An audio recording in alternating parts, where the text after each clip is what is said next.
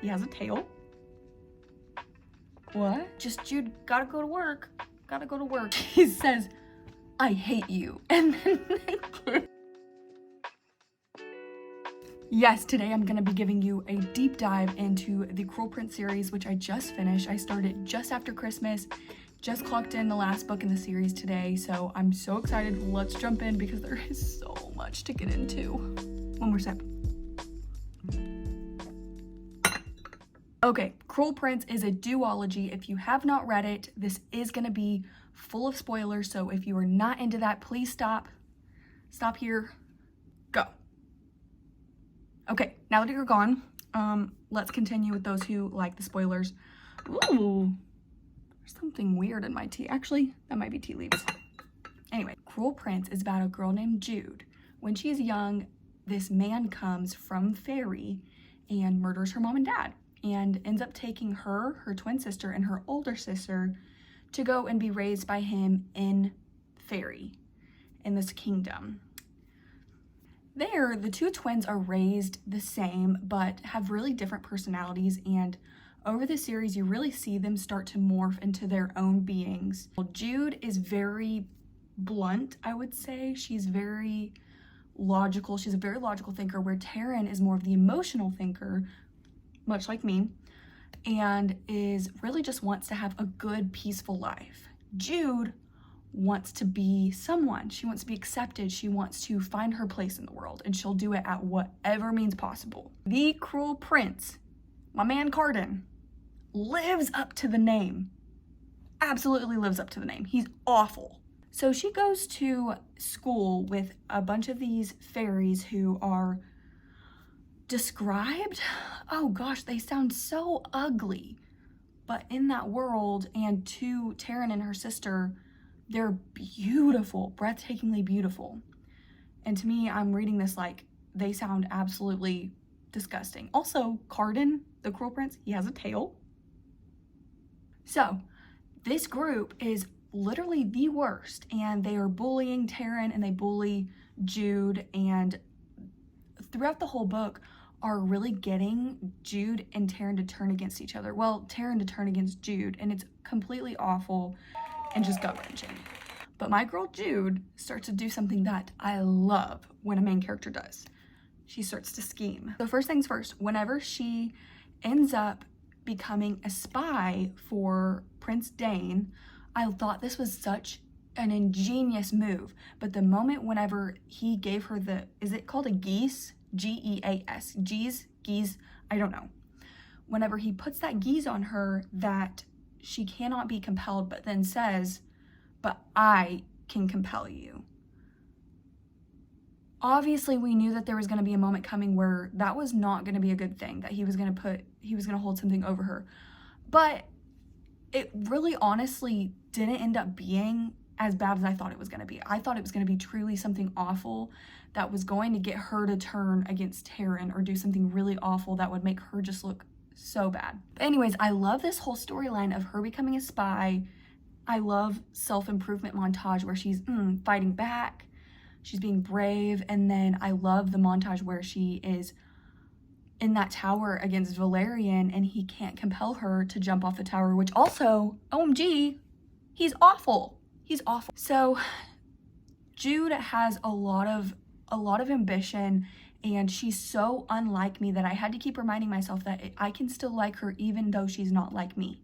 But I did want more for her character throughout this series, but we'll get into that later. I need to talk about Locke. I don't know, knowing how logical Jude is, I don't know how she fell for his crap. How did she fall for it? It makes no sense to me. I'm pretty sure it makes no sense to anybody. Okay, I have to read straight from the book on this one. Locke says, because you're like a story that hasn't happened yet, because I want to see what you will do. I want to be a part of the unfolding of that tale. How did Jude not stop and say, what? She absolutely did not question that at all. And you can tell he only saves her whenever things are gonna go really, really bad. Just because he's interested in her as a story, and it's awful. But all of that aside, block awful. I saw it coming a million miles away, and I'm so mad that Jude didn't, knowing that fairies are such tricksters that they are always, whenever they see a mortal, they're always thinking like, what can I do to them? Like, how can I hurt them? And I don't know why she thought that he was any different after this conversation especially. Okay, next, Taryn. I was so angry at how little she cared for her sister, truly. And throughout this series, she does some completely awful things that I cannot get behind, and we're just supposed to be okay with it. Granted, I did not read the novella, and I am not interested in it. But I am completely surprised that Jude does not get her revenge on Taryn, really in any way. And I guess we can think of her as the bigger person that way, but that's really not in character. Okay, now I need to talk about something that I absolutely loved from this series, and this was the idea that Dane wanted Jude to get better at, which was, oh gosh, I hope I don't butcher this. It's Mithridatism, I believe, and which is the art of slowly poisoning yourself more and more so that you adapt to it and that you have immunity to being poisoned, which is a big deal in this world. There's a lot of ways to be poisoned. I love how it plays into this story, and I love just a simple little scheme that starts with something little like that, where she starts poisoning herself little by little, and then how it shows up at the end where she ends up giving the poison cups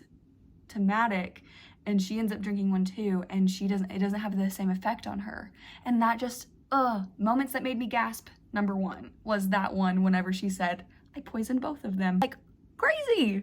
Other moments that made me audibly gasp was when Princess Raya, on the night of the coronation, it comes down to her, all of her siblings are killed, and it's coming down one by one, and Raya picks up the knife and cuts her own throat.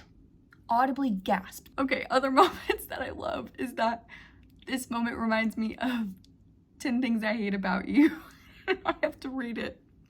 Most of all, I hate you because I think of you often. It's disgusting and I can't stop.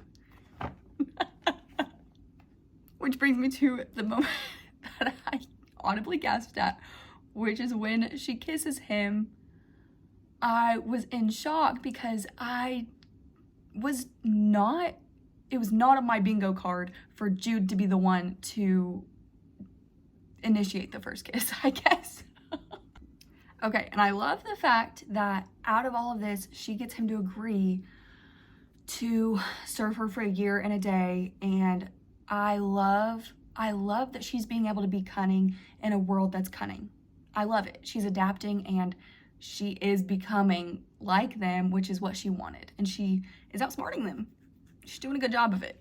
I will say the last thing that really, really shocked me was Cardan being crowned at the end. I don't know if I just got so immersed in the book, I stopped trying to predict what was going to happen, and that I didn't see it coming, but I should have, because that was the only way that it would make sense for the story to move forward.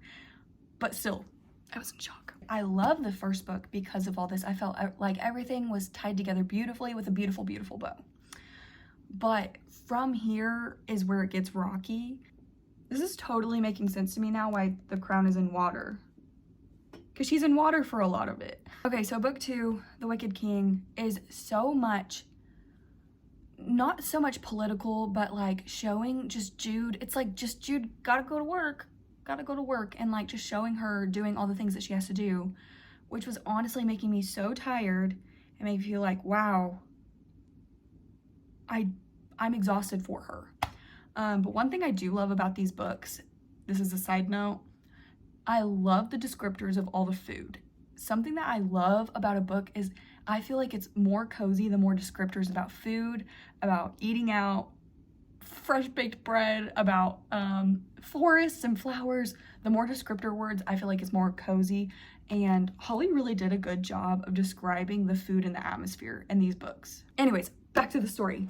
In this book, I really, really, really wanted for Cardan to have so much development and to, I don't know, almost grow into his title as king. And that's not to say that he doesn't, but he really doesn't. And part of that, I think, is I know he wants to make it hard for Jude because she is controlling him. She's pulling all the strings. But I did want more for him, especially because this is supposed to be a romance. I wanted more for them. I think there's like one scene where they kiss. And that's it in the whole entire book. And this is like marketed as a romance, so I'm so confused. Especially noting the point where she's been held captive under the sea for a month. She finally is brought back to land, and, you know, he sees her and is, you know, he's looking at her and is like, wow, she is really, really sick. She's really sick. And like thinking, you know, she just looks awful. And I thought there would be a moment of like a reunion between them both where he's like, oh my gosh, I missed you and all that. But like that didn't happen. And anytime when Jude is brought back from the brink of death or from like a really traumatic moment, there is never a moment where it's like, I am so glad you're alive. Like, let me hold you and never let you go. I know part of that is like just the character development and like where they're at in their relationship. And because of the quote that comes in book 3 about how they're wearing their armor and like, how do you take off armor one piece at a time? But nonetheless, like, I feel like we could have put so much more into this book to make it the romance just better. So one of the big plot points in this story is that Nicasia lets Jude know that someone is going to betray her. And so the whole story, I loved that plot line, because the whole story, I was weary of everyone. And you know who I was most weary of was Taryn.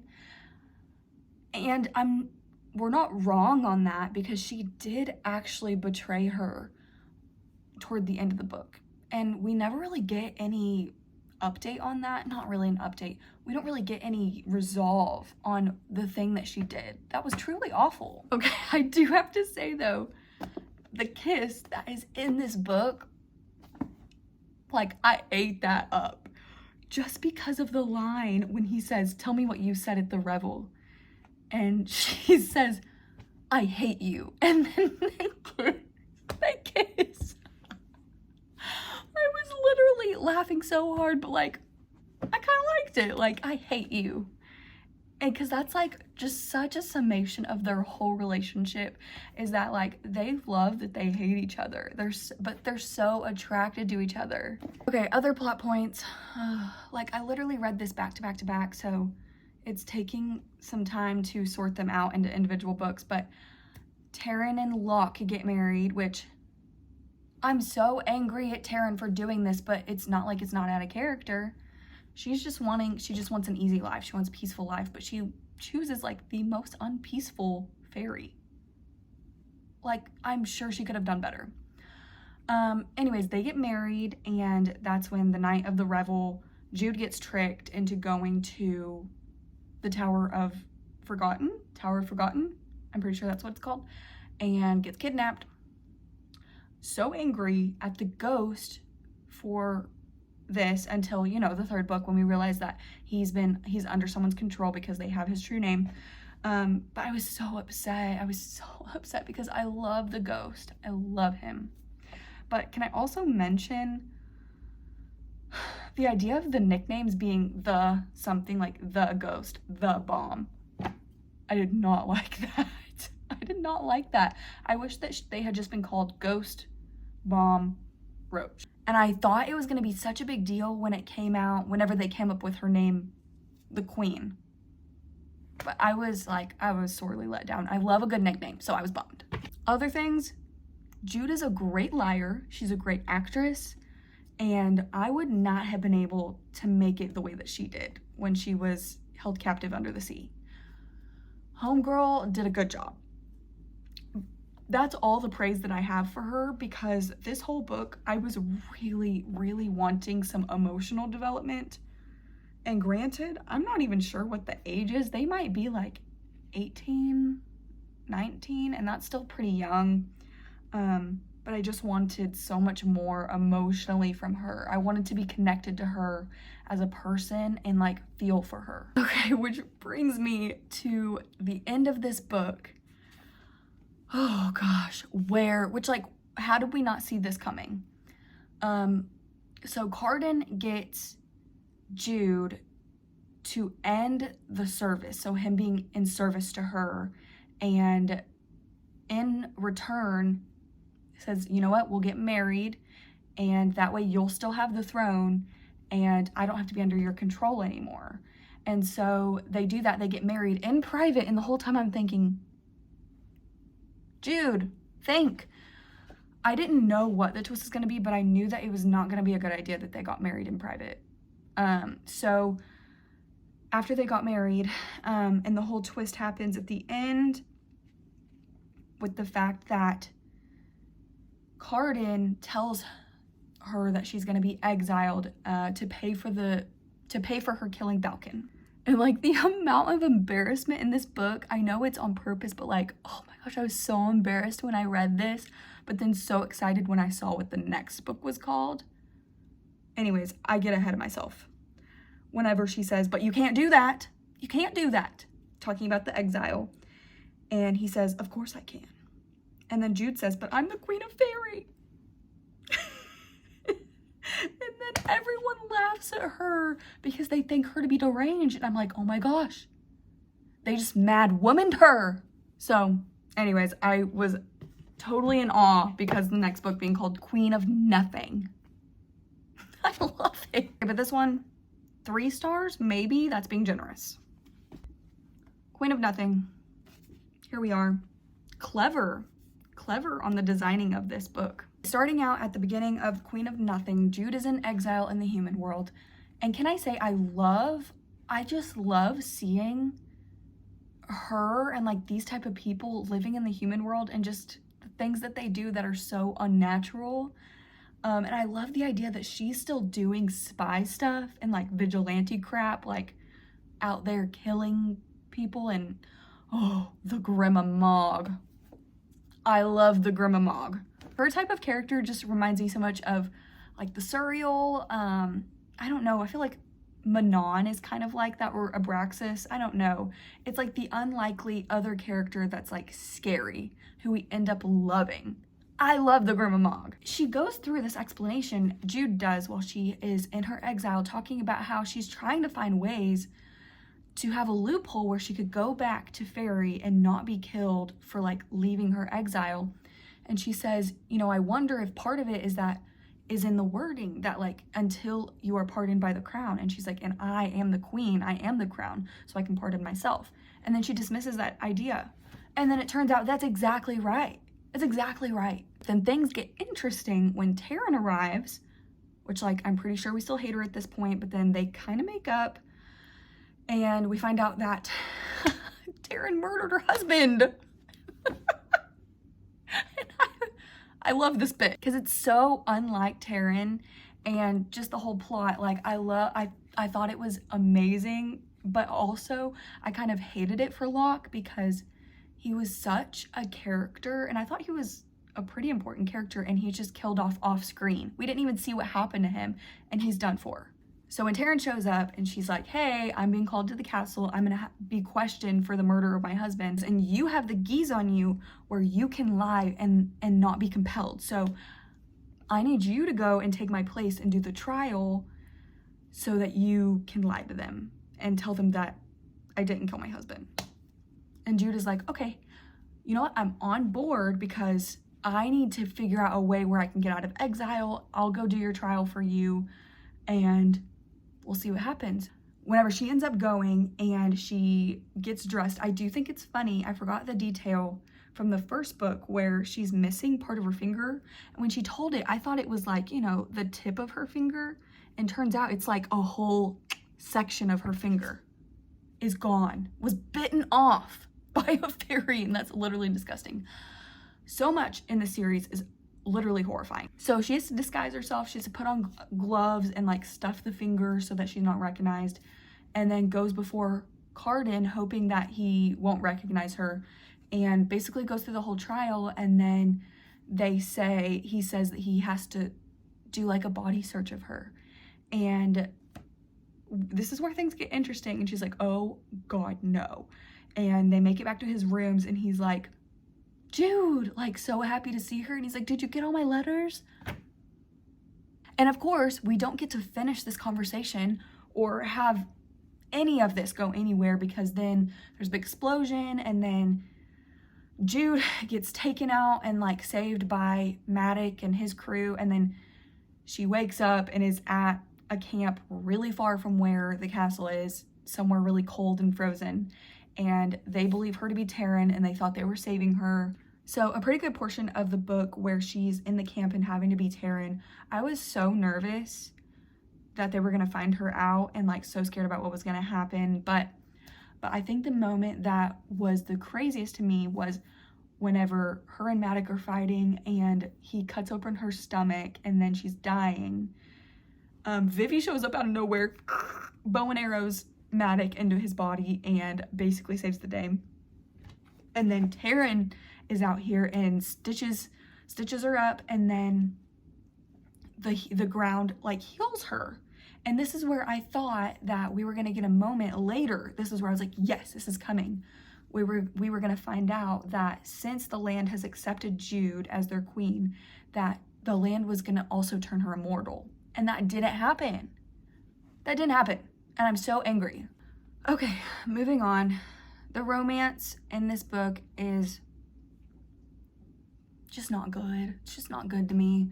And something that really upset me was like when we finally get that romance scene between Jude and Cardan, she asks him, you know, you didn't come to bed last night. And he says, well, I'm here now. I literally hate that line. I hate that because she's assuming that he was with someone else and he just avoids the question by saying, I'm here now. Like, it's literally the stupidest thing that a man could ever say. I'm so frustrated. So they finally get this moment. They, you know, do the thing. And the thing that I do like from that though is where we get the quote about how you take off your armor is piece by piece. I thought that was golden. I wish that line could have happened maybe in book 2, because we could have had so much more of a romantic development in this book. Last, I love everything coming into play about that prophecy or whatever was read in the stars by Baffin, that was predicting that Cardan was going to be the ruination of the crown and the throne. And so the throne is ruined, actually by Maddox, but anyways. And then he ruins the crown, which releases a curse that turns him into a snake. And Grimson says the only way to to end the curse is through death. Cardan has to die, and then the end of the prophecy is like through his blood. A great ruler will rise. So much. Of course, like, we get the runaround after he gets turned into a snake. I'm so upset at the lack of emotion that we get from Jude, at her being upset knowing that she didn't get to tell him that she loved him. Like, there's some of that, but like, really, I wish that had been written better. There's just her doing what she has to do as a queen, but I wish there had been a moment where she just went into a room and cried and cried and cried, and then pulled herself together and said, okay, we're gonna do this. The whole thing about the bridle, I could not believe that she was even considering putting that on him and having him be trapped as a snake. To wrap all of this up, I felt like it ended semi-nicely with the curse, or not curse, yeah, the curse being ended, and then with the prophecy being fulfilled. I thought that was great, and that Jude got a crown. What only would have made it better is if she got to be immortal. But I thought the ending of them going to the mortal world was so weird. Was so weird to end like that, knowing that what Jude wanted most of all was to fit in. I thought it would have ended like on her coronation. Instead, we got something that felt really out of character for Cardan. And it really just made me feel so strange. And then, yeah, I don't know, the judgment that she passed on everybody, you know, I felt like it was fitting for the knights who betrayed, but the punishment that she had on Maddox, that he has to live in the mortal world, you know what, I feel like that's a fitting punishment. But the fact that Oak gets to go live with him and Oriana, knowing that he's going to be the king, and the idea was that Oak would be raised as someone kind so that he would be able to be a kind king whenever he was on the throne, living in both mortal world and fairy world, that he would have a heart for both. And now he's going to go live with Maddox, who is a literal killer. What kind of king is he going to grow up to be? Is he going to be just like Maddox? Anyways, I was really frustrated about that. And then also, oh, Taryn, she had no punishment, but like, I don't know. I love her. I wanted good things for her, but I wish that her character, I don't know. I wanted way more for her, so I don't have anything else to say on that. Oh, that's so loud. What a loud truck. Anyways, that's all I have to say on this series. Overall, I guess I would give it maybe 3 stars. It was such a quick read, and so I'll give it that. Anyways, thank you so much for being here. Please take the time to like and subscribe. I really would love to engage with you guys some more. And if you have the time, please go ahead and follow my Instagram, which is Homebody Book Club.